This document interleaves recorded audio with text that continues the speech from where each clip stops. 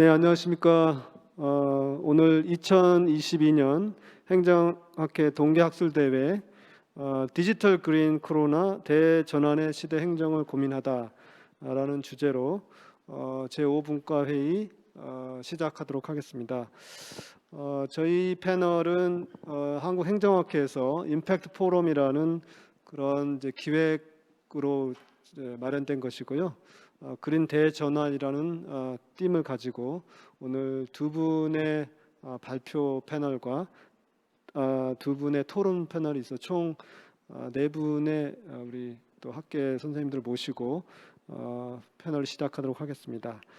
자, 그럼 먼저 오늘 발표를 하실 두 분 선생님을 소개하겠습니다. 서울대 박주영 교수님께서 순환경제와 탄소경제로 오늘 발표를 하겠습니다. 큰 박수로 부탁드립니다. 자, 두 번째는 이유현 아주대 교수님이십니다. 오늘 발표는 유럽 및 프랑스의 탄소중립 정책 동향과 시사점. 큰 박수 부탁드리겠습니다. 그다음에 토론자로 오늘 두 분을 모셨는데요. 먼저 세종대 박창규 교수님 모셨습니다. 큰 박수 부탁드리고요. 그다음에 한국교통대 김태형 교수님께서 오셨습니다. 박수 부탁드리고요. 자, 그럼 오늘 카파 임팩트 포럼 그린 대전환 첫 번째 주제 발표를 시작하도록 하겠습니다. 서울대 박주영 교수님께서 한 20분 정도 좀 발표를 진행해 주시면 고맙겠습니다. 네, 안녕하세요. 서울대학교 건설환경공학부 박주영이라고 합니다. 이렇게 초청해 주셔서 감사드리고요. 저는 오늘 발표에서 순환경제란 무엇인지, 그리고 순환경제에는 어떤 전략들이 있는지, 그리고 이러한 전략을 통해서 탄소 중립에는 어떻게 기여할 수 있는지에 대해서 좀 말씀을 드리고자 합니다. 먼저 순환경제라고 하면은 이제 유럽을 중심으로 지금 선도적으로 좀 추진이 되고 있는 어떤 정책적인 접근법, 더 나아가서는 어떤 이런 경제의 패러다임 전환이라고 볼 수 있을 것 같습니다. 이 순환경제를 연구하는 이제 분야가 여러 분야가 있을 수 있는데요. 저는 그 중에서도 좀 가장 가까운 학문 분야가 이제 산업생태학이라는 분야가 아닐까 싶습니다. 그래서 먼저 산업생태학이란 어떤 연구들을 하고 있고 어떤 방법론을 가지고 순환경제를 접근하고 있는지 먼저 설명을 드리도록 하겠습니다. 먼저 산업생태학이라는 이 이름을 보시면 이제 산업이라는 단어 그리고 생태학이라는 조금 서로 굉장히 잘 연관되지 않는 두 단어가 이렇게 합쳐져 있는데요. 이 산업생태학의 산업이라는 부분은 산업생태학의 연구 대상을 의미합니다. 그래서 인간이 생산하고 소비하는 이 광의의 산업 시스템을 의미하고요. 그리고 이 산업 시스템에 이제 여러 가지 다양한 측면이 있을 수 있는데 특히 산업생태학에서는 이 산업 시스템이 어떻게 자원을 추출해서 우리가 필요로 하는 제품과 서비스를 생산을 하고 그리고 그 이후에 폐기물과 오염물을 배출을 하는지 이 일련의 자원의 흐름을 트래킹하고 분석하는 그러한 연구를 하고 있습니다. 그리고 이러한 연구를 통해서 이제 어느 부분에서 우리가 자원을 많이 소비하고 있고 부정적인 환경 영향이 많이 나타나는지 이런 것들을 문제점을 먼저 파악을 하고요. 그리고 이런 것들을 개선하기 위해서 어떤 대안 전략이 필요하고 우리가 어떻게 산업 시스템을 개선해 나가야 하는지 연구를 하고 있습니다. 특히 이 산업 시스템을 개선해 나가는 데 있어서는 우리가 근본적으로 자연 생태계가 작동하듯이 우리 산업 시스템도 디자인을 해야 된다라는 이런 근본적인 원칙을 가지고 가고 있고요. 그렇기 때문에 우리가 이제 생태학에서 여러 가지 지식을 차용을 해와서 산업 시스템에도 적용을 해야 된다라는 의미에서 생태학이라는 그러한 단어를 같이 사용을 하게 됐습니다. 그래서 이런 이름 때문에 이제 많은 분들께서 산업 생태학이 좀 생태학의 한 분야, 하위 분야가 아니냐 이렇게 또 생각을 하시는데 사실 여기서 연구하시는 많은 분들의 전공은 공학인 경우가 많이 있고요. 환경공학이나 산업공학, 화학공학 이렇게 공학을 하시는 분들이 많이 계시고 또 경영학이나 사회학, 정치경제학 이런 쪽으로 또 연구하시는 분들이 많이 계십니다. 그래서 제가 방금 산업생태학의 경우에는 이 산업 시스템의 어떤 자원 소비 패턴을 분석하는 데 관심을 두고 있다 이렇게 말씀을 드렸는데요. 저희가 이런 자원 소비 패턴에 관심을 가지고 있는 이유에는 크게 두 가지가 있습니다. 먼저 여기 가운데에 보시면 우리가 이제 우리가 원하는 어떤 제품과 서비스를 생산하는 그런 산업 시스템이 있고요. 우리가 이제 제품과 서비스를 생산하기 위해서 여러 가지 광물이라던가 화석 연료라던가 건설 자재와 같은 다양한 물질 자원을 사용을 하게 됩니다. 그리고 이러한 물질 자원은 우리가 이제 필요한 곳에서 채굴을 해서 채취를 해서 써야 되는데요.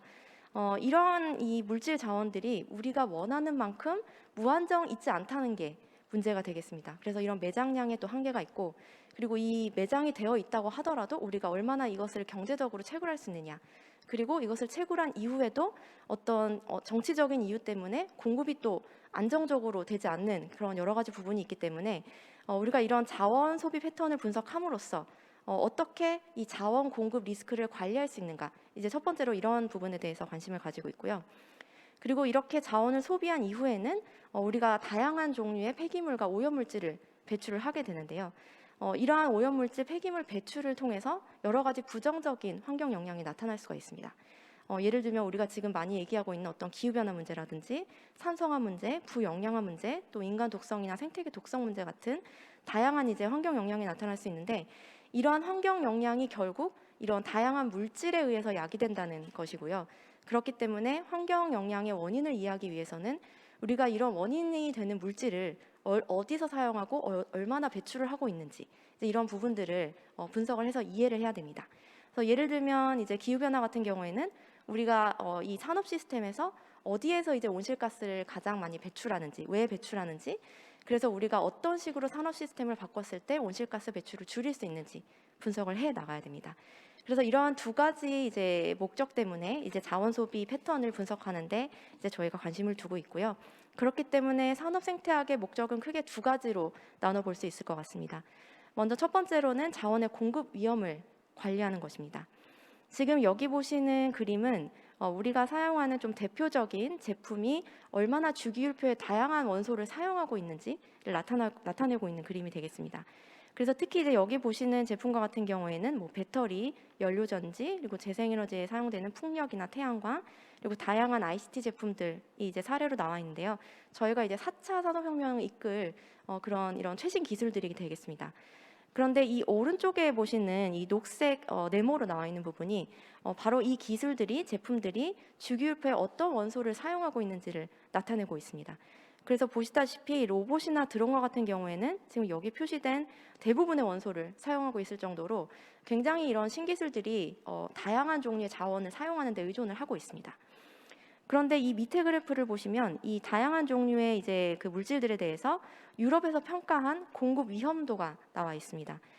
그래서 여기 밑에 그래프를 보시면 특히 이제 히토류 금속 같은 경우에 공급 위험이 가장 크게 나타나고 있고요.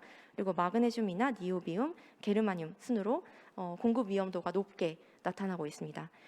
그래서 유럽에서는 이렇게 다양한 수요가 높은 제품과 기술에 대해서 이제 어떤 물질들이 필요로 하는지, 그리고 그 물질들의 공급 위험은 어떻게 되는지 평가를 함으로써 이런 공급 위험이 높은 물질의 경우에는 이제 공급 위험이 낮은 물질로 대체를 해나가던가, 아니면은 이 공급 위험이 높은 물질의 경우에 우리가 최대한 자체적으로 회수해서 재활용해서 사용할 수 있도록 하는 그런 기술 개발을 지원을 하고 있습니다.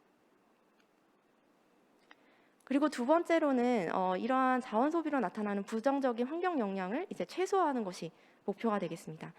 2015년에 이제 지구의 환경 위험이 얼마나 심각한가 하는 거에 대해서 이제 그 사이언스의 페이퍼가 그 플래네터리 바운드라는 개념을 제시하면서 이 경각심을 제시를 한 바 있습니다. 이 플래네터리 바운더리라는 개념은 이 지구 생태계에 어떤 이제 역치가 있어서 우리가 이 역치를 넘어가게 되면 굉장히 재앙적인 환경 변화가 나타날 수 있다는 건데요. 지금 이 왼쪽 그래프에서 보시는 왼쪽 그래프 중에서 이제 점선으로 나타난 그 도넛 부분이 바로 이 플래네터리 바운더리를 나타내는 부분이 되겠습니다. 그리고 이제 이 다양한 색깔로 나타낸 부분이 이제 2009년 상황으로 우리가 어느 정도에 와 있는지 나타낸 그래프가 되겠는데요. 지금 보시면 그 생태계 다양성 부분, 그리고 질소와 인순환 부분, 이런 부분에 있어서는 이미 이 플래네터리 바운드를 넘어서는 굉장히 큰 환경 변화가 나타나고 있다고 평가가 되고 있고요. 그리고 기후 변화나 토지 이용 변화 부분에 있어서는 이 플래네터리 바운더리에 굉장히 근접한 여기도 마찬가지로 심각한 환경 변화가 나타나고 있음을 보실 수 있습니다. 그래서 지금 환경 변화가 굉장히 급격한 수준으로 어떻게 보면은 굉장히 지금 심각한 수준으로 일어나고 있는데요. 산업 생태학에서는 이런 부정적인 환경 영향을 줄이기 위해서 이제 우리가 원하는 어떤 경제 발전이나 인간의 풍요, 웰비잉은 추구를 하되 이 과정에서 필요로 하는 물질 자원의 소비는 최대한 우리가 효율적으로 최소화하면서 이렇게 해나가야 앞으로 이제 이 부정적인 환경을 절대적으로 줄일 수 있다라고 이야기를 하고 있고요. 이제 이러한 어떤 그 목표를 디커플링이라고 합니다. 그래서 제가 방금 말씀드렸던 이러한 연구들을 위해서 이제 산업 생태학에서 가장 이제 기본적으로 많이 활용하는 방법론 중에 하나가 바로 이 자원 소비 패턴을 분석하는 물질 흐름 분석 혹은 사회 경제 대사 방법론이 있겠고요. 그리고 이렇게 물질 흐름이나 이런 것들을 분석하고 난 후에 이러한 자원 소비로 나타나는 환경 영향을 정량화하는 그런 방법론으로서 정가정 평가라는 방법론이 있습니다. 그리고 정가정 평가 방법론도 어떤 그 제품의 생산 공정 단위에서 데이터를 모아서 약간 바텀업 방식으로 평가하는 그런 평가 방법론이 있고, 거시적인 경제 좀 큰 시스템에서 경제 산업 연관표를 활용해서 환경 영향을 분석하는 그런 환경 산업 연관 분석 방법론이 있습니다. 그래서 이렇게 네 가지 방법론을 기준으로 연구 목적에 따라서 또 다양한 방법론을 활용하고 있고요. 그리고 적용 분야 또한 굉장히 다양합니다. 그래서 제품의 어떤 친환경성을 평가하는 친환경 제품 디자인 혹은 기업의 어떤 친환경 경영이나 기업의 환경성을 평가하는 청정 생산, 공급망 관리, 생태 산업 단지, 지속 가능한 도시, 이제 어떤 시스템에 관심을 가지고 있느냐에 따라 굉장히 다양한 적용 분야가 있고요. 그리고 이런 것들을 모두 망라하는 연구 분야가 바로 순환 경제가 되겠습니다. 물질 흐름 분석의 좀 사례를 보여드리면 조금 더 쉽게 이해하실 수 있을 것 같아서 저희가 최근에 수행한 플라스틱 물질 흐름 분석의 결과를 한번 가지고 와봤습니다. 2018년부터 특히 이제 국내에서는 이제 플라스틱 관련한 다양한 사회 문제가 이제 불거지면서 환경부에서도 이제 다양한 정책들을 계속적으로 내놓고 있는데요. 사실 이 플라스틱 문제를 해결하기 위해서 이제 저희 산업생태학의 접근법은 그럼 우리가 어떤 종류의 플라스틱을 어디에 얼만큼 쓰고 있는가, 그리고 이런 것들을 얼마나 효율적으로 재활용하고 있는가, 이제 이런 것들을 평가를 해야 되기 때문에 1차적으로 이런 물질 흐름 분석을 한번 수행을 해보았습니다. 환경부에서도 이제 이런 물질 흐름 분석의 이제 중요성을 인식을 해서 업종별 플라스틱 정가적 물질 흐름에 대한 데이터베이스를 구축하고 이제 정보를 관리하는 전담 기구를 설치하겠다라고 이렇게 또 공개한 바 있습니다. 그래서 이러한 물질 흐름 분석 결과를 한번 보시면 특히 이제 소비 단계에서 우리가 이제 포장재나 컨테이너에 사용하는 플라스틱의 양이 전체의 40%로 굉장히 많은 것을 보실 수 있고요. 특히 이제 종류별로 본다면 PE 계열의 플라스틱, PP 그리고 PET 계열의 플라스틱 소비가 굉장히 많은 것을 보실 수 있고, 이제 그 다음으로 이제 소비가 많은 부분이 바로 의류나 섬유 쪽, 그리고 빌딩, 그리고 우리가 가정에서 사용하는 다양한 플라스틱, 이런 것들도 굉장히 소비가 상당히 많은 것을 보실 수 있습니다. 그리고 여기서 더 나아가서 이제 시간별로 물질 흐름을 분석하는 이제 동적 물질 흐름 분석을 할 수가 있는데요. 이제 이런 동적 물질 흐름 분석을 통해서 우리가 이제 어떤 종류의 어떤 수지의 플라스틱 폐기물이 발생하는지, 사실 이런 정보는 이제 플라스틱 폐기물 정보에 나와 있지가 않거든요. 그래서 이런 정보까지 이제 저희가 파악을 할 수 있고, 그리고 아직 폐기물로 발생되지 않은 플라스틱이 어디에 얼만큼 스탁 형태로 존재하고 있는지 이제 이런 것들도 판단을 할 수가 있습니다. 요거는 물질 흐름 분석의 조금 다른 형태인 이제 사회경제 대사의 사례인데요. 전 세계적으로 어떤 종류의 물질을 자원을 소비를 하고 있는지를 좀 간략하게 도식화된 형태로 나타내고 있습니다. 그래서 2005년에는 이제 580억 톤 정도, 그리고 2020년에는 1000억 톤 이상의 자원을 지금 전 세계적으로 사용을 하고 있고요. 그리고 왼쪽에서 보시다시피 이 중에 한 반 정도는 우리가 에너지 소비를 위해서 사용하는 이제 화석연료와 바이오매스가 되겠습니다. 그리고 나머지 반의 대부분은 우리가 이제 어떤 인프라나 건물에 들어가는 이제 건설 자재가 굉장히 또 상당한 비중을 차지하고 있는 걸 보실 수 있고요. 그리고 이런 것들이 아직까지는 대부분 어떤 건물이나 인프라의 그리고 제품의 형태로 아직은 사용 중인 단계에 있고, 그리고 이 중에서 일부 폐기물로 발생한 그런 자원 중에 굉장히 일부만이 이제 재활용되고 있는 것을 보실 수 있습니다. 그래서 2005년 기준 재활용률이 6% 정도, 2020년 기준으로는 8.6% 정도로 굉장히 낮게 나타나고요. 이 말인즉슨 우리가 필요한 자원을 채굴해서 사용한 이후에 다시 좀 활용하거나 오래 사용하는 대신 좀 버리는 굉장히 자원을 비효율적으로 사용하고 있다는 것을 보실 수 있습니다. 그래서 이러한 이제 인식에 기반을 해서 우리가 좀 더 자원의 가치를 최대한 더 잘 활용하고 자원을 오래 사용하는 순환경제가 필요하다라는 이런 필요성이 대두되기도 했습니다. 이러한 자원 소비 패턴의 이제 분석에 기반을 해서 우리가 그러면 온실가스는 얼마나 많이 배출하고 그래서 글로벌 워밍 포텐셜은 어떻게 되는지 환경 영향을 정량화할 수가 있습니다. 그래서 지금 여기 보시는 그림은 이런 온실가스 배출 그리고 이 글로벌 워밍 포텐셜을 이제 그 밸류 체인 별로 나타낸 그림이 되겠습니다. 그래서 이 그림의 결과를 보시면 이제 2019년 기준으로 590억 톤의 이제 온실가스가 전 세계적으로 발생을 했고요. 이제 이 중에서 65%의 경우에는 이제 화석 연료의 채굴과 연소로 인한 탄소 배출, 그리고 나머지 26% 정도가 이제 바이오매스의 연소에 의한 탄소 배출이 되겠고요. 그런데 이러한 화석 연료가 결국 대부분은 이제 뭐 직접적인 어떤 에너지 생산, 그리고 이 에너지 생산을 통해서 제품을 생산하는 데 사용이 됐기 때문에 이제 소비단에서 보시게 되면은 이 대부분의 탄소 배출은 제품의 생산과 소비에 연관이 된다는 것을 보실 수 있습니다. 그런데 사실 지금까지의 어떤 기후변화 대응 논의를 한번 생각을 해보면 저희가 굉장히 이제 에너지 시스템 전환이나 에너지 효율을 높이는 데 초점을 두고 있는데요. 사실 그렇게 직접적인 에너지 사용에 관계된 탄소 배출은 30% 정도거든요. 그렇기 때문에 우리가 이제 에너지 효율뿐만 아니라 더 광범위하게 우리가 제품을 어떻게 더 오래 사용하고 더 효율적으로 사용함으로써 우리가 전반적인 자원 효율을 높이고 탄소 배출을 줄일 수 있을지 자원 효율까지 논의하는 것이 굉장히 중요하다는 생각이 듭니다. 그래서 이런 식으로 이제 환경 영향을 정량하는 평가 방법이 바로 정과정 평가 방법이 되겠고요. 뭐 다양한 제품의 친환경성을 평가하고 기업의 환경성을 나타내고 또 정책의 환경성을 평가하는데 이런 방법론이 활용이 될 수가 있습니다. 그래서 2021년 12월에 국토교통부에서 이제 탄소 중립 로드맵을 발표를 했었는데요. 대표적으로 이제 건물 부분, 교통 부분의 이제 전략만 일단 가지고 왔습니다. 그런데 이 건물 부분의 경우에는 이제 2018년 배출량 대비 이제 32.8%를 감축하겠다 이렇게 발표를 했는데요. 이때 이 기준이 되는 배출량은 스코프 1, 스코프 2에 해당하는 탄소 배출량이 되겠습니다. 그러니까 이 말인즉슨 건물에서 사용하는 에너지, 전기의 사용으로 야기되는 탄소 배출을 기준으로 하고 있는데요. 사실 이러한 탄소 배출량의 경우에는 우리가 건물의 전 생애 주기 단계로 본다면 건물의 사용 단계에만 해당이 됩니다. 그래서 지금 제가 방금 이전에서 보여드린 그 탄소 중립 로드맵의 전략 같은 경우에는 여기서 이 그림에서 나타나는 그 오퍼레이셔널 카본에만 집중한 그런 전략이 되겠습니다.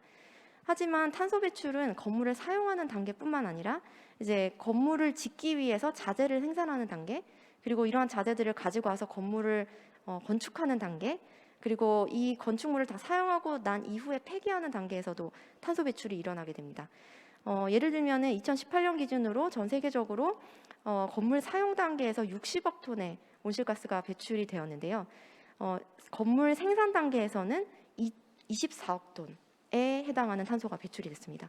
그렇기 때문에 지금 물론 사용 단계에서 배출되는 탄소 배출량이 굉장히 많긴 하지만 이 건물 자재를 생산하고 건축물을 짓는 단계에서도 굉장히 많은 탄소가 배출된다는 것을 보실 수 있습니다. 그렇기 때문에 이 건물 사용 단계뿐 아니라 이제 건물의 전 생애 중의 단계를 모두 고려해서 우리가 탄소 배출을 어떻게 줄일 수 있을 것인지 탐색하는 것이 굉장히 중요하고요.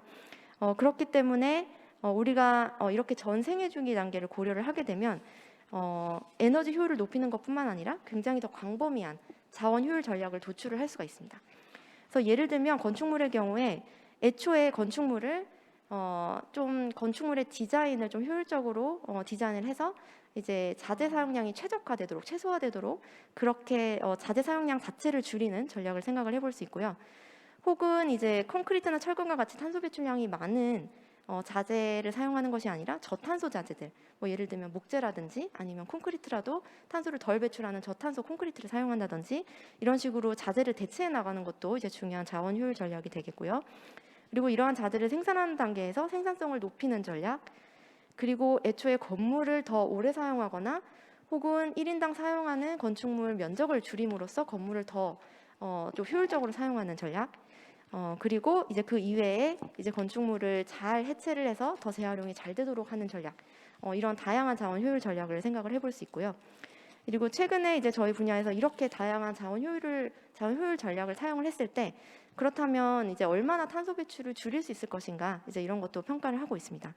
그래서 지금 여기 보시는 그림은 이제 건물 부문에서 자원 효율 전략을 사용을 했을 때 이제 줄일 수 있는 탄소 배출의 어떤 최대치, 즉 기술적인 잠재량을 추정한 연구가 되겠고요. 지금 시나리오에 따라서 이제 다양한 결과가 굉장히 좀 다양하게 나타나긴 하지만 2050년 연간 배출량을 추정을 해봤을 때 최소 7억 8천 톤에서 이제 22억 톤 정도까지 탄소 배출량을 줄일 수 있다라는 예측이 있었고요. 지금 한국의 탄소 배출량이 한 7억 톤 정도 되기 때문에 지금 건물 부문에서 줄일 수 있는 탄소 배출량이 거의 한국의 국가 배출량과 맞먹는다라는 점을 봤을 때 굉장히 잠재량이 크다는 것을 보실 수 있습니다. 그래서 제가 지금까지 말씀드렸던 것처럼 이 경제 전반에서 우리가 자원을 최대한 효율적으로 쓰자라는 것이 바로 순환경제가 되겠고요.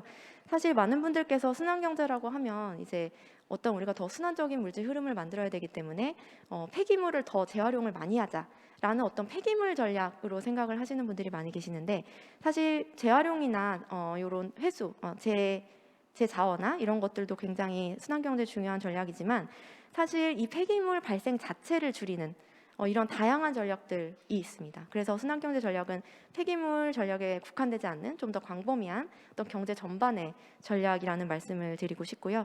그래서 뭐 예를 들면 제품 디자인 단계부터 소재 선택을 잘 하고 생산할 때도 생산을 최적화해서 자원 소비를 줄이고 그리고 궁극적으로는 기업이 어떤 제품을 더 많이 판매함으로써 어떤 이익을 얻는 것이 아니라 소비자가 필요로 하는 그런 서비스는 제공을 하되 그 단계에서 자원 소비는 최소화하려고 하는 어떤 비즈니스 모델 자체의 혁신을 통해서 우리가 가치는 제공을 하되 자원 소비는 최소화해 나가는 이런 것도 이제 순환경제 전략에 포함이 됩니다. 그래서 저희가 최근 뭐 얘기하고 있는 여러 가지 공유 경제들, 뭐 차량을 렌트하는 그런 서비스라든지 아니면 오피스를 공유하는 그런 모델이라든지 이런 것들도 모두 순환경제 전략에 포함이 되겠습니다. 또 다른 연구에서 이제 이런 순환경제의 다양한 전략들이 얼마나 탄소 중립에 기여할 수 있는지 평가를 했었는데요. 지금 이 연구에 따르면 2030년까지 탄소 배출량이 한 600억 톤 정도로 이제 예상이 되는데, 순환경제를 추진할 때는 이제 이것을 332억 톤까지 줄일 수 있고, 이러한 효과는 지금 현재 국가들에서 이제 제출하고 있는 NDC 효과보다 훨씬 큰 것으로 나타나고 있고요. 이런 식으로 이제 저희가 탄소 배출을 줄이게 되면 2050년이 아니라 2044년 정도의 탄소 중립을 이룰 수도 있다. 라고 하는 굉장히 좀 고무적인 결과를 발표하기도 했습니다. 그래서 이런 순환경제 노력을 가장 선도적으로 주도하고 있는 게 바로 유럽이고요. 2015년에 이제 처음으로 순환경제 액션 플랜을 제시를 했고, 2020년에 이제 신순환경제 액션 플랜이라고 좀 더 강화된 순환경제 액션 플랜을 제안을 했습니다. 그래서 이 내용을 보시면 주로 이제 제품 구분별로 이제 제품의 특성에 맞춰서 다양한 정책 접근법들을 제안을 하고 있고요. 그렇기 때문에 이제 이전에 환경 정책이 조금 더 어떤 매체별, 뭐 대기나 폐기물이나 수질 이렇게 매체별로 좀 규제적인 어떤 접근법을 가지고 가는 것이 이전에 좀 접근법이었다면, 지금의 이제 정책적인 접근법은 어떤 제품을 중심으로 해서 이 제품의 전생애 주기를 다 볼 수 있는 좀 더 통합적인 정책으로 발전하고 있다고 말씀드릴 수 있을 것 같습니다. 그리고 이게 순환경제라는 것이 이제 경제 전반에서 자원 효율을 높이려는 노력이다 보니까 사실 모든 이해관계자들의 참여와 협력이 굉장히 중요하고요. 그래서 이해관계자들별로 이제 할 수 있는 역할들이 굉장히 다양히 많이 있는데요. 제가 마지막으로 드리고 싶은 말씀은 사실 이러한 순환경제 전략을 좀 탐색해 나가고 효과를 평가를 하고 또 모니터링 하는 데 있어서 사실 가장 중요한 부분이 바로 데이터가 되겠습니다.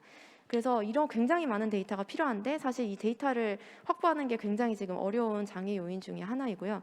그렇기 때문에 이제 유럽에서는 이런 데이터를 수집하고 어떤 데이터를 가지고 평가하는 부분을 개선해 나가기 위해서 디지털 기술을 이용해서 좀 더 효율적으로 데이터를 확보할 수 있는 그러한 방안을 고민하고 있고, 디지털 제품 패스포트 여권이라고 해서 이제 제품을 이제 바코드를 스캔을 하게 되면 우리가 필요한 정보를 얻을 수 있는 식으로 굉장히 좀 혁신적인 방식도 추진을 하고 있습니다.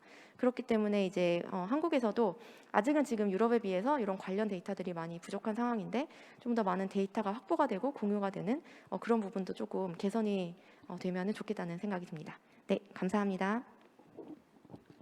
네, 우리 박주영 교수님 굉장히 수고 많으셨습니다. 큰 박수 부탁드리고요. 참고로 박주영 교수님은 그 건설환경공학을 전공하셔서 우리 행정학회에서 이렇게 어떤 탄소 중립과 관련되어 있는 전체 어떤 순환경제에 대한 컨셉을 좀 소개를 해주셨습니다. 전 개인적으로는 우리가 효율성 개념을 많이 이제 우리 행정학계에서 많이 얘기를 하는데 구체적으로 그 대상이 기본적으로 우리가 자원에 관한 이제 부분에 대해서는 우리가 많은 부분에 대해서 좀 관심을 덜 가졌다고 본다면 기본적으로 우리가 많이 이제 구체적인 에너지 효율이나 이런 측면에 조금 많이 초점이 되어 있는 것 같은데 큰 틀에서 보면 오히려 더 큰 영역인 자원에 관한 효율 이런 것들이 어떤 자원 경제 개념으로 녹아들 수 있고 거기에서 우리가 어떤 역할을 해야 되는지 정부 또 공공부문 무슨 역할을 해야 되는지 아마 행정학계에 던지는 여러 가지 메시지가 있을 거라고 듭니다. 아마 토론 부분에서 아마 좀 논의가 될 것 같습니다. 이것을 첫 번째 발표를 좀 마치고요. 두 번째는 우리 이유현 교수님께서 구체적인 어떤 탄소 중립의 나라에서의 방향이라든지 동향 이런 거에 대한 좀 발표를 해주시겠습니다. 한 20분 정도 부탁드리겠습니다. 예, 큰 박수로 이유현 교수님 부탁드리겠습니다.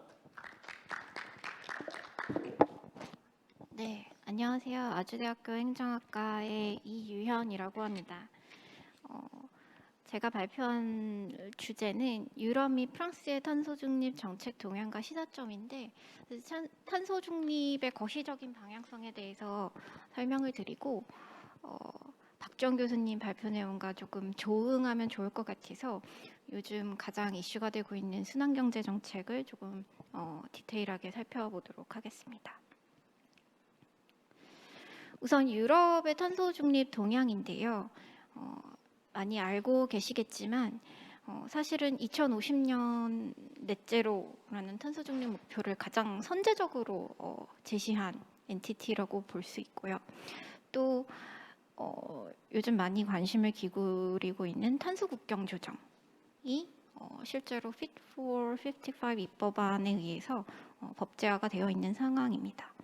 그래서 잠깐 탄소 국경 제도에 대해서 설명을 보시면 일단 최초 안에서는 철강, 전력, 비료, 알루미늄, 시멘트 정도만 사실 포함을 시키기로 했는데 사실 수정된 입법안을 보시면 유기화합물, 플라스틱, 수소, 암모니아까지도 사실 탄소 국경 조정 제도를 시행을 하겠다고 이제 밝힌 상황이거든요.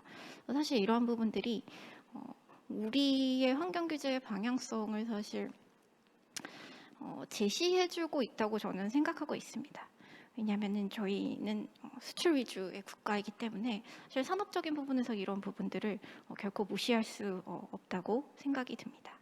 그래서 그 이후에 이어지는 유럽 그린딜, 또 EU 기후법 등에서 2050년까지 탄소 중립을 이루고자 하는 구체적인 정책들을 발표하고 있고요. 사실 여기서 중요한 것은 이러한 환경 규제의 방향성이 더 이상 이제 환경 분야에만 국한된 것이 아니라 이제 실질적인 산업이나 경제 정책의 방향성을 사실 환경 규제가 정하고 있는 추세이다라는 것이 중요한 것 같습니다. 그다음에 구체적으로 프랑스의 탄소 중립 동향인데요. 프랑스는 아시다시피 전통적으로 원자력이 절대적인 비중을 차지하고 있는 국가입니다. 원래 2015년 기준으로 82%까지 점유했던 것이 지금 이제 70% 정도까지 낮아지기는 했는데요. 여전히 원자력 비중이 굉장히 높은 국가이고 그렇기 때문에 역설적으로는 가장 저탄소 배출 구조를 가진 나라이기도 합니다. 그럼에도 불구하고 탄소 중립을 실천하기 위해서는 박정 교수님께서 이미 설명을 해주셨지만 사실 에너지나 발전 부분에 있어서 직접적인 탄소 배출은 사실 그렇게 크지는 않습니다. 근데 나머지는 전부 이런 산업, 제조 공정 과정에서 나오는 온실가스인데 이러한 부분들도 여전히 프랑스 정부 입장에서는 고민스러운 부분이기 때문에 이러한 부분들에 대한 온실가스 감축이 이루어지지 않는 이상은 탄소 중립 달성이 어렵다고 생각해서 탄소 중립을 주류화하려는 노력을 굉장히 많이 다각도로 추진을 하고 있다는 점이 가장 큰 특징이라고 볼 수 있습니다. 그래서 밑에도 보시다시피 프랑스 같은 경우에는 에너지기후법을 2019년에 제정을 하게 되면서 2050년까지 온실가스 순배출량을 제로로 하는 목표를 전 세계에서 가장 빠른 속도로 제정을 했다라고 보실 수 있겠습니다. 그리고 사실 재미있는 후속법이 등장을 했는데요. 기후회복법이라고 부르는 법입니다. 여기 보시면 사실 프랑스 역시도 마크롱 1기 정부에서 온실가스 배출을 하려면 유류세를 인상해야 된다. 네, 이런 정부 발표가 있은 직후에 사실 프랑스 국민들 입장에서도 사실 유류세 인상은 굉장히 큰 부담으로 다가왔고 시위를 하기 시작했습니다. 그래서 그렇다면 이제 국민들이 실제로 어떻게 하면 온실가스를 감축할 수 있을지 먼저 국민들이 먼저 제안을 한번 해보면 정부가 그것을 수용하겠다라는 형태로 태도가 바뀌었고 그 결과로 국민 대토론회를 진행하게 되고 그 국민 대토론회 결과물로 기후 시민 협약이라는 것이 제정이 되게 됩니다. 그리고 기후 시민 협약의 내용이 149개 정도의 제안을 담고 있는데 이 제안의 대부분의 내용들이 실제로 입법화가 되었습니다. 그래서 이 기후회복법의 내용은 구체적으로는 소비, 생산과 노동, 이동, 거주, 취식 이 5개 부문에서의 온실가스 저감을 이룩해보자 라는 것이 이제 핵심적인 정책의 방향성이 될 수 있습니다. 옆에 그림을 보시면 사실 이거는 실제로 이제 기후회복법상 핵심적으로 제안하고 있는 정책 프로그램인데요. 왼쪽 상단에 보시면 A, B, C, D, E, F, G 라고 하는 등급이 보이실 것 같습니다. 이게 사실 부동산의 에너지 효율 등급이거든요. 그래서 기후회복법을 통해서 이제 프랑스 정부에서 시행하고자 하는 새로운 정책이 무엇이냐면 이제 집주인이 집을 임대하고자 했을 때 이제 월세를 주려고 했을 때 에너지 효율 등급이 낮은 집을 임대할 수 없도록 법제화를 하고 있는 것입니다. 그래서 밑에 보시면 E 등급, F 등급, G 등급 이런 등급을 낮은 에너지 효율 등급을 가진 집은 집주인이 뭔가 개선 노력을 하거나 온실가스 배출을 저감하려는 노력을 하지 않는 이상은 임대료를 올려받을 수 없도록 2022년부터 시행을 하고 있습니다. 또 그 외에도 밑에 보시면 사실 이러한 부분이 우리 사회에 조금 함의를 던져준다고 저는 생각하고 있는데요. 기후회복법에서 그리고 아까도 말씀드렸다시피 기후회복법의 내용은 모두 프랑스 국민들이 제안한 내용입니다. 밑에 보시면 프랑스 정규 교육 과정에 환경과 지속가능 발전 관련된 교육 내용을 포함시키도록 법제화하고 있습니다. 그래서 우리나라 학생들이 국어, 영어, 수학을 배우는 것처럼 이제 환경 교육을 초등학교, 중학교, 고등학교 정규 교육 과정에서 이제 정식 과목으로 배우게 됩니다. 그 다음에 EU 배터리 정책 동향에 대해서도 우리가 간단하게 짚고 넘어갈 필요가 있는 것 같은데요. 요즘 너무 이슈가 많이 되고 있기 때문입니다. 실제로 우리나라 같은 경우에는 배터리를 생산하는 국가입니다. 대표적인 배터리 생산 국가인데 EU는 사실 배터리를 생산하고 있지는 않지만 향후 조만간에 배터리를 생산할 수 있는 체계를 구축하고자 노력하고 있습니다. 그래서 배터리 밸류 체인도 2018년부터 지원을 하고 있었고, 또 배터리를 재사용하고 재활용하기 위한 연구들을 지속적으로 진행해 오고 있습니다. 그래서 아직 채택이 되지는 않았지만 사실 언론 보도에 의하면 오늘 채택이 된다고 보도는 나왔던데요. 12월 내에 EU에서 신배터리 법안에 대한 최종안이 채택될 예정이고 2023년에 발효가 될 예정입니다. 근데 사실 이러한 신배터리 법안에서 우리가 좀 중요하게 봐두어야 할 점은 밑에 보시면 2030년 1월부터 배터리에 사용하는 원료 중 리사이클링 원료 사용의 비중을 반드시 명시하도록 되어 있다는 사실입니다. 그래서 우리 같이 배터리를 생산해서 또 EU에 수출하게 되는 국가들은 사실 이러한 부분들에 이제 적용을 받을 수밖에 없고, 근데 실질적으로 우리나라의 배터리 생산에 있어서 그런 재활용, 재사용이 얼마나 잘 되고 있는가라고 생각을 해본다면 굉장히 많이 부족한 부분이 많이 있다고 생각을 합니다.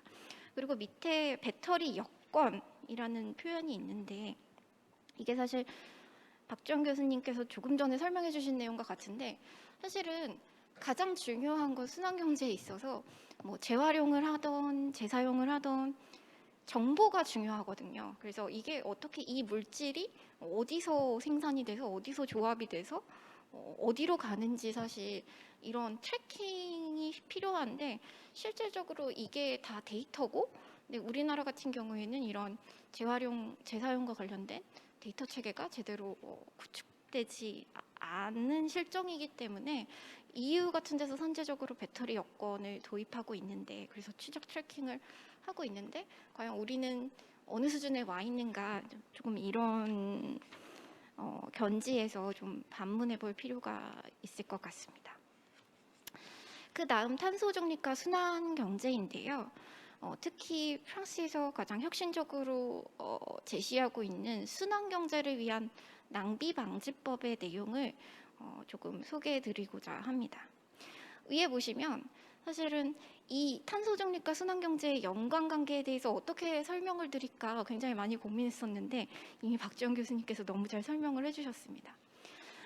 플라스틱 제품 사용을 줄이는 것만으로도 사실 온실가스 감축이 가능하고, 아까도 보셨다시피 실제로 에너지나 발전 부분에서 직접적으로 나오는 온실가스 배출보다는 이렇게 간접적으로 뭐 제품 소비나 생산에서 나오는 온실가스 배출이 어떻게 보면 더 큰 문제일 수 있다는 점에서 우리가 조금 더 주안점을 두어야 되는 부분이 아닐까 생각해 봅니다. 프랑스 낭비방지법에서 핵심적으로 주안점을 두고 있는 첫 번째 사안은 탈일회용 플라스틱입니다. 사실 이 부분은 우리나라 환경부에서도 굉장히 중점을 두고 있는 점이기도 하는데요. 조금 더 강하고 디테일하게 규제를 하고 있습니다. 그래서 밑에 보시면 당장 작년부터 생분해되지 않는 티백을 판매 금지하고 있습니다. 그리고 예컨대 어린이 메뉴, 맥도날드 같은 데 가시면 해피밀이라는 메뉴를 들어보셨을 것 같습니다. 그래서 햄버거를 사면 조그만 플라스틱 장난감도 주는 그런 메뉴인데, 그런 무료 플라스틱 장난감도 이제 배포가 금지되고 있습니다. 그 다음 사실 테이크아웃 음료 공급업체는 소비자가 가져온 용기의 음료를 판매하는 경우에는 법에 따라서 반드시 더 낮은 가격을 제시해야 된다고 법으로 명시하고 있습니다. 그래서 우리나라 같은 경우에는 사실 텀블러를 들고 가도 카페 주인의 마음에 따라서 조금 깎아줄 수도 있고 깎아주지 않을 수도 있고 굉장히 자율성이 있는데, 프랑스 같은 경우에는 법으로 반드시 더 낮은 가격에 팔도록 제시를 하고 있습니다. 그리고 이 부분도 굉장히 중요한 것 같은데, 오른쪽 그림을 보시면 프랑스에서 이제 새로이 도입하게 되는 로고입니다. 그렇죠? 어떻게 분리수거를 하는지를 보여주는 로고입니다. 사실은 순환경제를 방해하는 가장 큰 요인 중에 하나가 대부분의 완제품들이 굉장히 복잡하게 구성이 되어 있거든요. 근데 이렇게 보시면 이제 칸이 질러진 부분과 밖에 겉에 박스를 분리해서, 그리고 밖에 겉에 박스는 뜯어서 버리세요라고 사실 그림으로 도식화해서 설명을 해주고 있는 거거든요. 그래서 저도 마찬가지지만 가끔씩은 이걸 재활용은 분리수거는 해야 되는데 어떻게 버려야 되는지 모르는 경우들이 꽤 많이 있는 것 같습니다. 근데 이제 프랑스 같은 경우는 이렇게 그림으로 통일을 해서 이제 모든 제품에 어떻게 분리수거하면 되는지를 알려주고 있습니다.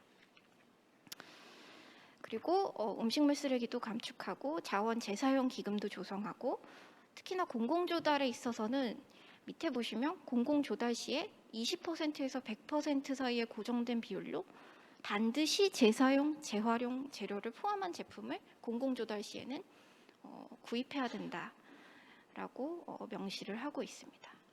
그 다음에 오른쪽 박스에 보시면 사실은 이 옵세르바토아가 신설이 됐는데요. 공공기관인데 재사용 및 재활용 관측기구를 2021년 1월 1일에 신설하게 됩니다.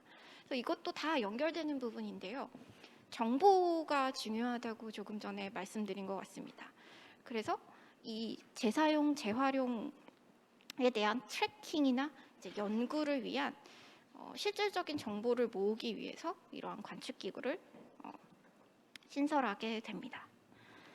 그 다음에 어떻게 보면은 낭비방지법에서 가장 이슈가 되고 있는 부분이기도 한데요. 실제로 밑에 사진을 보시면, 왼쪽 아래 사진을 보시면 이제 손가락으로 가리키고 이제 7.4 이렇게 되어 있는 걸 보실 수 있으실 것 같습니다. 이게 수리 가능성 지수인데요. 그래서 프랑스 정부는 실질적으로 이제 세탁기 같은 제품을 팔 때 이 제품을 샀을 때 추후에 부품 교체가 얼마나 쉽고, 그리고 AS를 얼마나 쉽게 받을 수 있는지, 이러한 것들을 다각적으로 평가해서 이렇게 통일된 수치로 제시를 해서 소비자들이 수리 가능성 지수가 높은 제품을 선택해서 소비자들이 사실 순환 경제의 이행 주체가 되도록 공을 넘기고 있는 모습을 볼 수 있습니다.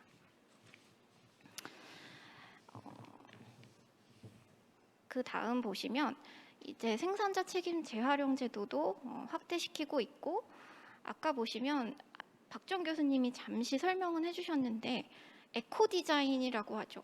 실제로 제품 설계 시부터 얼마나 친환경적으로 이 제품이 설계가 되었는지, 이런 부분들도 조금 의무화하려는 노력을 보이고 있습니다. 이제 마지막으로 정책적인 시사점으로 넘어가도록 하겠습니다. 사실 우리나라 탄소중립 기본법이, 기후 위기 대응을 위한 탄소중립 기본법이 사실 제정이 되면서 탄소중립을 2050년까지 목표로 정하고 법제화는 하였지만, 사실 지금 상황은 목표만 정했을 뿐이지 그 목표 이행을 위해서 그 세부적인 하위 구체적인 정책들이 뭔가 탄소 중립에 맞도록 설계되어 있지는 않다고 생각합니다. 그래서 2050년까지 탄소 중립을 이룩하기 위해서 그 나머지 정책 분야에서는 어떠한 노력들이 진행되어야 되는가. 여기에는 당연히 주거 중요하게 들어가고, 식품, 또 교통 등등등 여러 가지 다양한 정책 분야들이 탄소 중립을 중심으로 재편되어야 된다고 생각합니다. 그다음 두 번째는 실제로 EU에서 최근에 제시되고 있는 법안들을 보시면 이게 환경 규제라기보다는 실질적으로는 산업 규제 혹은 경제 규제에 더욱 가깝다는 생각을 많이 하게 됩니다. 그 대표적인 사례가 아마도 탄소극경 조정 제도가 될 것 같고요. 아직 최종적인 채택이 되진 않았지만 EU 배터리 법안 같은 경우에도 마찬가지라고 생각을 합니다.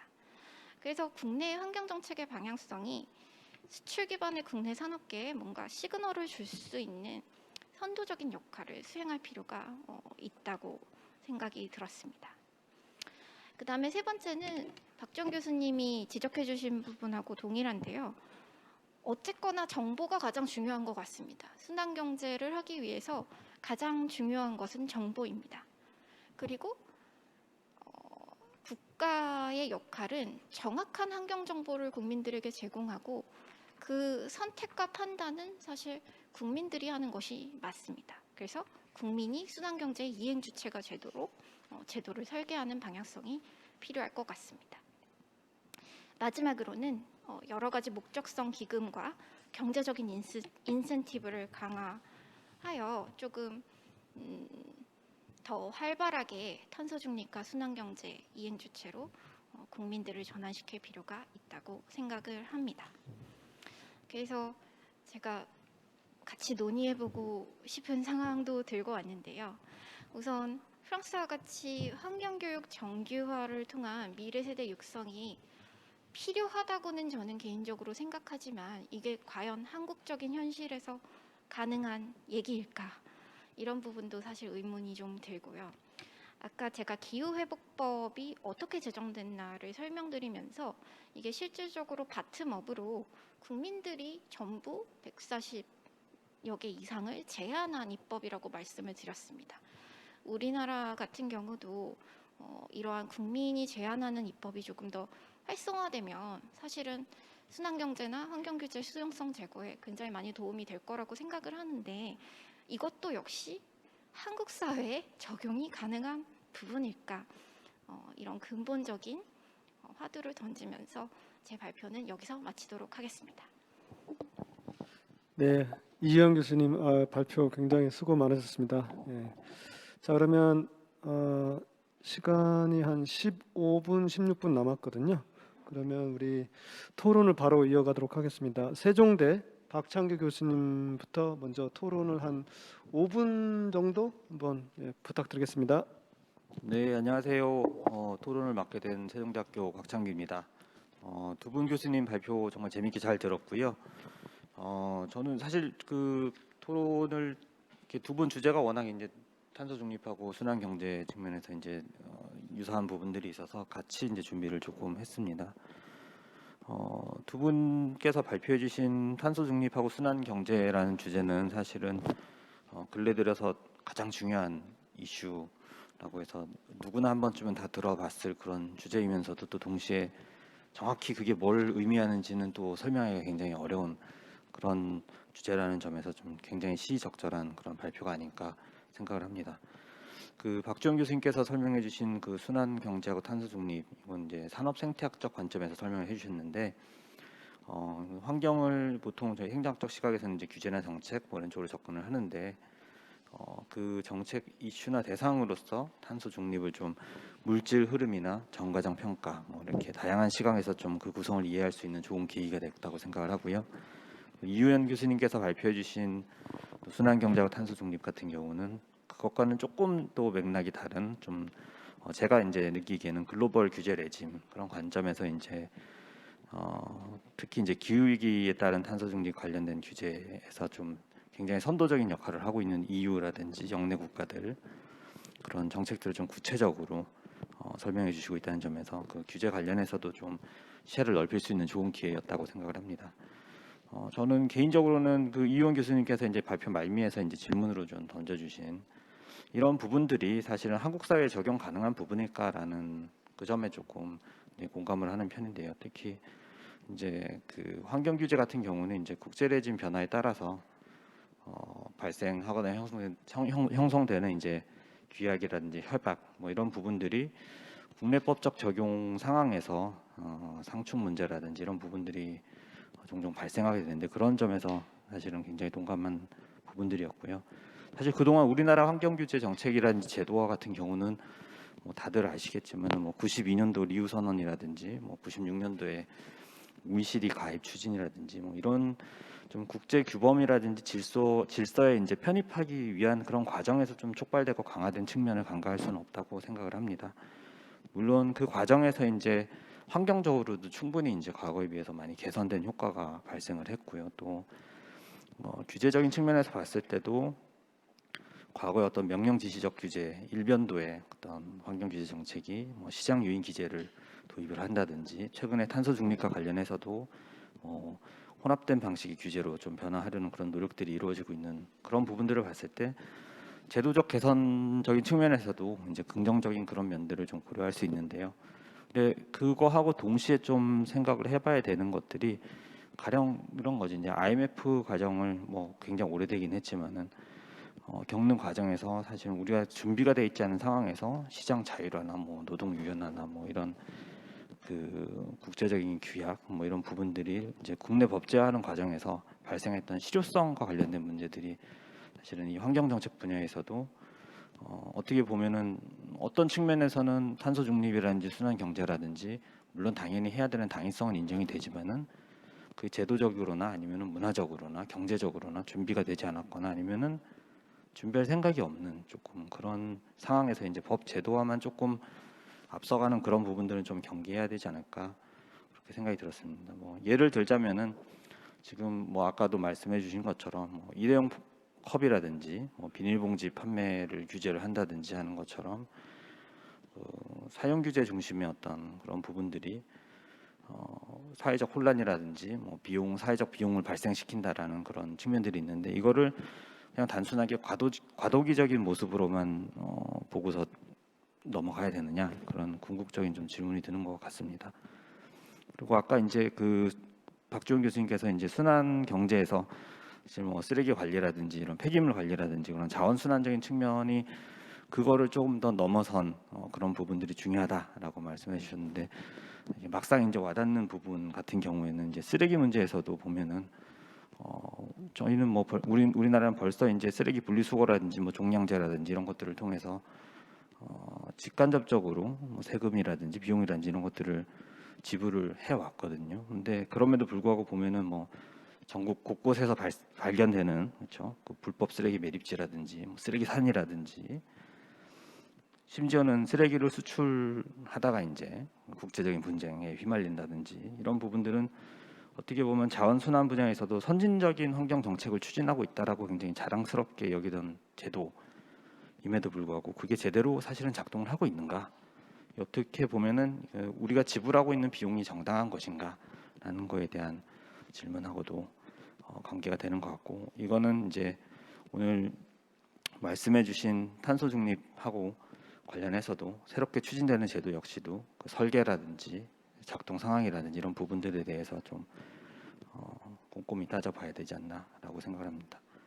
또 다른 사례로 사실은 뭐 그 아까 순환 경제에서도 이제 말씀하셨던 부분들 중에서도 가장 큰 문제가 이제 뭐 바이오 항공유 같은 경우도 물론 굉장히 친환경적이고 탄소 중립에 기여하는 부분들이 있지만은 일단 가격이 굉장히 비싸죠. 그리고 가격뿐만 아니라 그 바이오 항공유를 생산하는 과정에서 이제 주로 이제 팜유로 이루어지기 때문에 발생하는 탄소라든지 그런 부작용 이런 부분들도 굉장히 어떻게 보면은 역설적인 그런 측면들이 이제 발생을 하는데요. 서울시 신청사 같은 경우도 건물적인 측면에서는 그런 친환경이라든지 저탄소 배출이라든지 이런 부분들을 고려해서 설계가 되고 했지만은 실질적으로는 거기서 일하시는 분들이 굉장히 불편한 이상한 건물이 되는 그런 부분들이 어떻게 보면은 그 저희가 제도화하는 과정에서 좀 더 고려를 해봐야 되는 그런 부분들이지 않는가 생각합니다. 그 이 부작용 같은 경우들은 사실은 대부분 이런 환경 관련 규제나 정책이 외부적인 동인에 의해서 아까 전에 말씀드린 것처럼 기존에 있던 국내법에 좀 더 씌워지거나 하는 과정에서 이제 발생하는 걸로 생각이 되는데요. 그래서 그 사실은 그 EU 같은 경우에는 90년대 이후에 이제 미국에 대해서 기술이라든지 산업적인 주도권을 뺏겼다라는 그런 측면에서 이제 그걸 만회하기 위한 가장 강력한 수단으로서 탄소 중립이라든지 이런 부분들을 환경적인 규제적인 측면들을 추진하고 있는 그런 부분들도 간과를 할 수 없기 때문에 뭐 물론 그런 과정에서 이제 우리나라가 어떤 뭐 선택권이 크지는 않지만은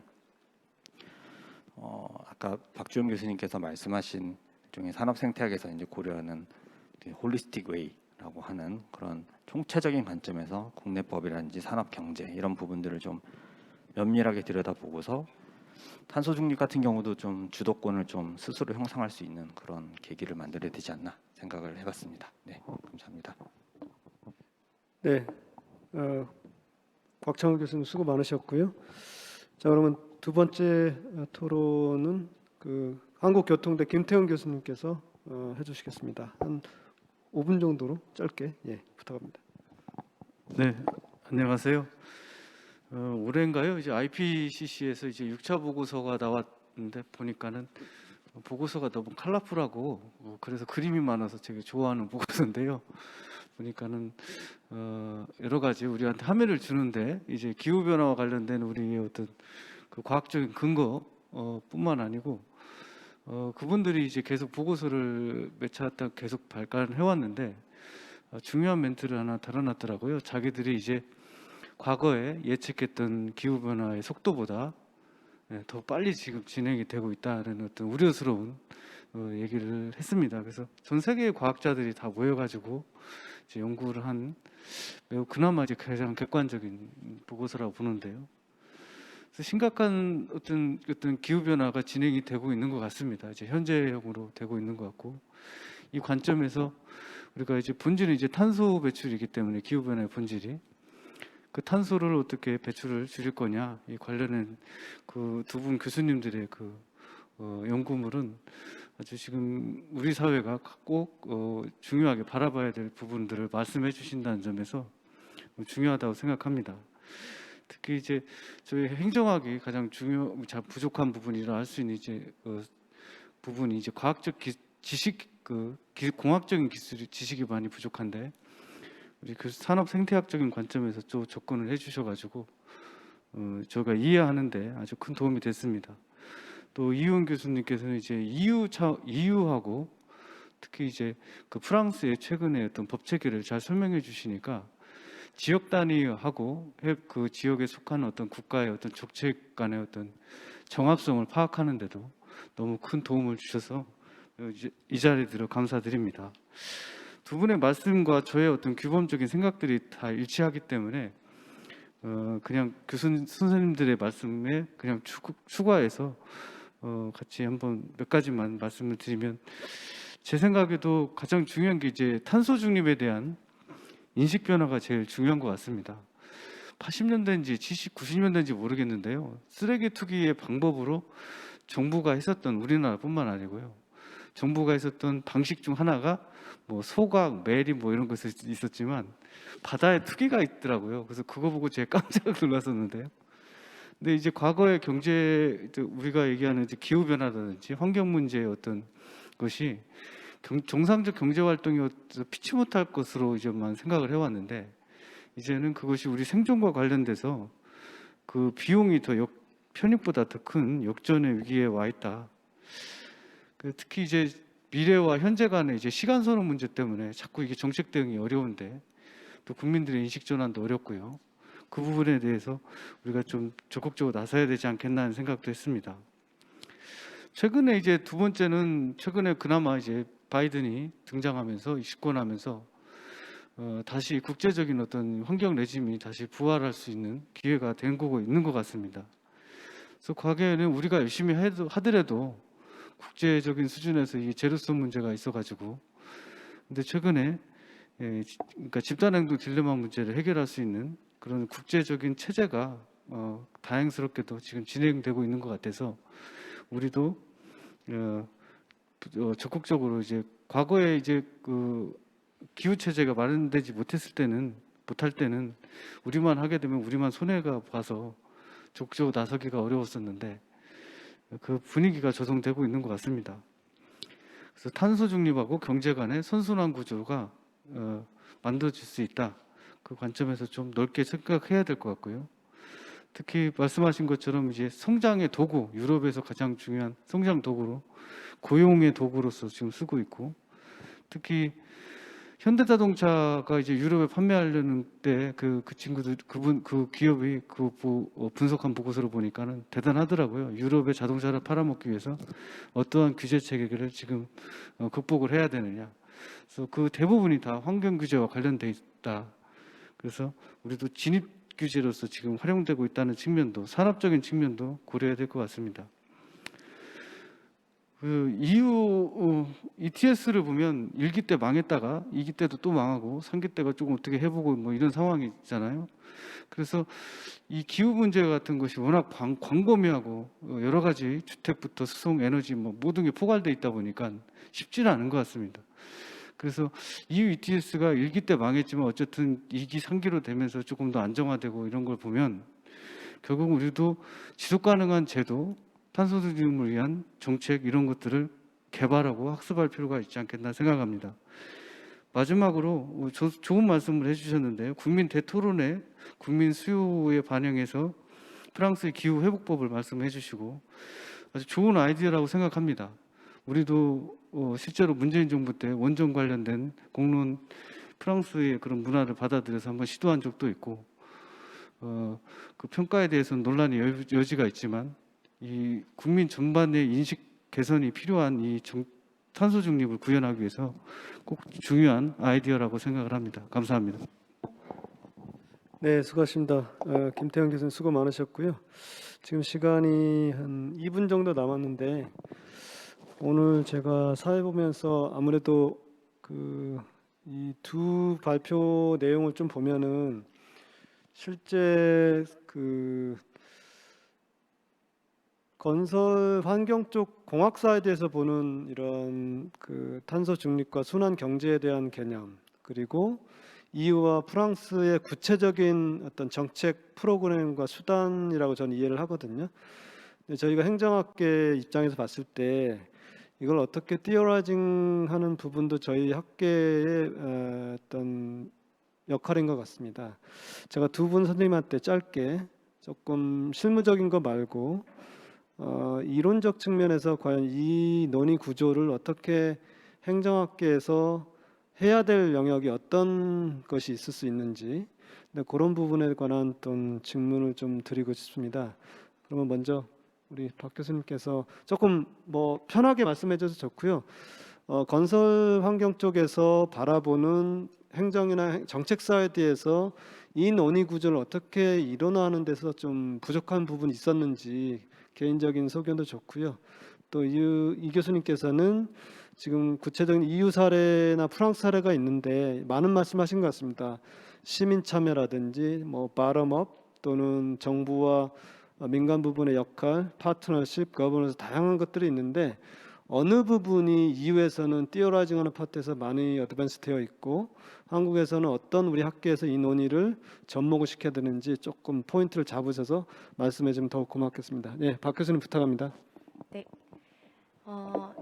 말씀해 주신 것처럼 이제 저희 분야에서는 아무래도 이제 자원 소비를 어떤 식으로 하고 있느냐, 그런 자원 소비 패턴을 좀 모델링을 하고 이걸 통해서 이제 얼마나 탄소 배출이 많이 일어나는지, 환경 영향이 얼마나 되는지 이런 것들을 평가하는 연구에 좀 초점을 맞추고 있는데요.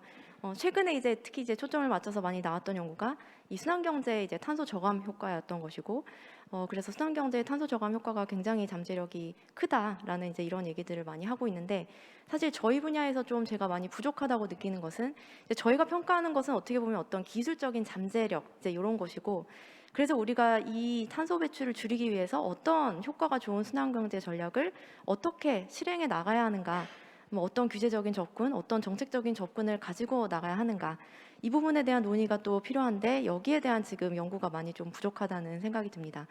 사실 순환경제에 관련한 정책은 굉장히 많이 있거든요. 뭐 재활용 사실 관련한 정책도 90년대 이후로 계속 추진이 되었던 것이고, 뭐 친환경 제품 디자인이나 어떤 산업의 청정 생산, 생태산업단지 개발 이런 것도 계속 추진이 돼 왔던 것인데, 사실 이 탄소 중립과 관련해서 탄소 저감 효과가 큰 우리가 순환경제 전략을 어떻게 추진해야 하는가는 정말 아직 순환경제 논의에서도 많이 부족한 것 같습니다.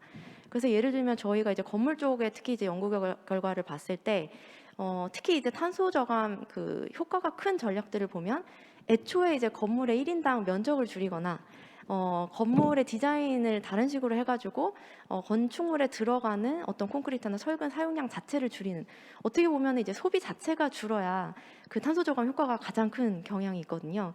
근데 사실 이런 탄소 저감 효과에 초점을 맞춘 순환경제 전략을 그래서 우리가 어떻게 해나가야 될 것인가에 대해서는 사실 실제 사례도 많이 없고요. 최근에 들어서야 이제 이유영 교수님께서 많이 말씀해주신 예를 들면 프랑스 그리고 덴마크를 중심으로 이제 건물의 이제 탄소 배출량 자체를 일정 수준 이상으로 탄소 배출하는 건물을 이제 짓지 않도록 제한하도록 하는 이제 그런 것들을 선도적으로 이제서야 좀 도입하고 있는 상황이거든요. 그래서 이런 부분에 대해서는 정말 앞으로 좀 또 이 탄소 중립이라는 이슈가 굉장히 시급하고 예를 들면 우리가 건물 같은 경우에는 뭐 한번 짓고 나면 30년 이상을 쓰기 때문에 사실 지금 변화가 필요한 상황이거든요. 그래서 좀 이 실제로 실행해 나가는 전략에 대한 논의가 좀 빨리 이루어져야 되지 않을까 생각합니다. 네. 네, 우리 박 교수님 굉장히 고맙습니다. 그러면 우리 이 교수님께서도 말씀 부탁드리겠습니다. 네, 저는 짧게 저는 행정학적인 측면에서 사실 가장 중요한 문제는 그래서 정부는 과연 뭘 해야 할까인 것 같습니다. 근데 아까도 말씀드렸다시피 사실은 사회가 바뀌고 세대가 바뀌었습니다. 정부가 뭔가를 끌고 나가는 것도 어느 시점에서는 사실 필요하겠지만 사실은 정부가 해야 될 가장 중요한 일은 정확한 정보를 전달해 주는 일인 것 같습니다. 그리고 그 정확한 정보가 이해될 수 있도록 교육을 제공하는 것. 그리고 선택과 판단과 이행을 하는 것은 사실 국민들이어야 된다고 저는 생각합니다. 그래서 국민들이 올바르고 정확한 환경 정보를 바탕으로 본인이 탄소 중립과 순환 경제의 이행 주체가 될 수 있게끔 제도 설계를 제대로 해주고 장을 짜주는 것이 사실 정부의 역할이 아닌가 싶습니다. 네, 이상입니다. 네, 고맙습니다. 예, 오늘 행정학회가 우리 임팩트 포럼이라는 그런 포메이션을 가지고 그린 대전환이라는 우리 주제하에 두 분께서 발표해 주시고 또 두 분께서 토론해 주셨습니다. 저는 이렇게 생각합니다. 우리가 그린 정책, 그린 대전환이 분명히 상위 목표와 하위 목표가 분명히 존재할 것이고 그 각각의 영역 간에 어떻게 연계되어 있는지에 대한 부분들이 분명히 검토가 되어야 될 거라고 보여지고요. 오늘 사실은 그 건설 환경 쪽에 계신 우리 박주영 교수님께서 발표를 해주셨지만 이런 논의 구조의 국제적인 정치학적인 측면도 분명히 저는 엄연히 존재할 거라고 생각이 됩니다. 아까 김태형 교수께서 말씀하셨지만 인터내셔널 폴리틱스가 과연 어떻게 작동되고 있는지 이런 부분도 우리가 관심을 기울여야 될 것이고 또 우리 행정학과 내에서도 우리가 정부의 역할 그리고 공공과 민간을 어떻게 드라이빙해서 이러한 상위 목표, 하위 목표를 제대로 연결시킬지 많은 우리 과제가 있고요. 또 실무적으로는 이 수용성에 관한 부분들이 굉장히 큰데 어떠한 인센티브나 레귤레이션을 해야 될지 굉장히 많은 주제와 또 연관성이 굉장히 높다고 생각됩니다. 또 현재 행정학계는 다른 패널에서 디지털 관련된 또 대전환 또 논의가 되고 있습니다. 이런 것들이 결코 분리되어 있지 않고 연계되어 있기 때문에 우리가 같이 초학제적으로 이러한 논의 구조를 계속 이어나가야 될 거로 생각합니다. 오늘 우리가 짧은 시간으로 이 패널을 마치지만 이러한 주제가 다양한 학문 분야에서 또 다양한 연구를 통해서 발전될 걸 기대하면서 오늘 패널 모든 분들께 감사드리고 혹시 마지막으로 플로어에 계신 분 중에 코멘트나 또 의견 있으시면 요 앞에 나오셔서 30초 정도 제가 기회를 좀 드릴 텐데요. 혹시 플로어에 계신 우리 선생님들께서 혹시 코멘트나 뭐 이렇게 있으시면 기회를 드리겠습니다. 30초입니다. 네, 여기 나오셔서 마이크 하시면 될 것 같습니다. 예. 소속 좀 밝혀주시고요. 예, 30초 드리겠습니다. 네, 고려대학교 구교준입니다. 간단하게 여쭤볼게요. 배터리 얘기를 많이 하셔가지고 궁금한 생각이 들었는데 요즘 배터리 산업을 보면은 우리나라에서 주로 주력으로 밀고 있는 배터리는 망간이나 니켈이나 뭐 코발트 같이 히토류 같은 게 많이 들어가잖아요. 그래서 그걸 뽑아서 쓰는 그 과정이 훨씬 더 중요한데 제가 알기로는 그 과정에서 또 오염물질이 많이 나온다고 들었어요. 그럼 결국은 이렇게 순환경제, 탄소 중립을 위한 순환경제 자체가 이퀄 친환경이라는 등식이 성립하는 게 아닌 거 아닌가 하는 생각도 들거든요. 그럼 이 둘 간의 관계를 어떻게 조화를 시키는 게 바람직한 방향이라고 생각하시는지 궁금합니다. 네, 우리가 시간이 좀 지났음에도 우리 플로어에 계신 선생님께서 어떤 패러닥스를 설명하신 것 같습니다. 우리가 규범적인 얘기를 당연시 제기했는데 그것 자체가 어떤 역설이 될 수 있는 우리 굉장히 중요한 문제 제기라고 보고요. 우리가 함께 이러한 논의 구조는 결국은 함께 논의할 수밖에 없는 상황이 된 것 같습니다. 이제는. 그래서 디지털이든 기후 환경이든 이런 그린과 관련된 굉장히 큰 테마는 우리 단견적으로 우리가 접근할 것이 아니고 우리가 종합적이고 균형적 감각으로 우리가 접근해야 되지 않을까라는 생각을 다시 한번 하게 됐습니다. 자, 그럼 오늘 공식적으로 우리 오늘 패널 우리 발표해 주신 두 분 교수님 그리고 토론해 주신 두 분 교수님께 진심으로 감사드리고 모든 패널을 마치도록 하겠습니다. 예, 감사합니다.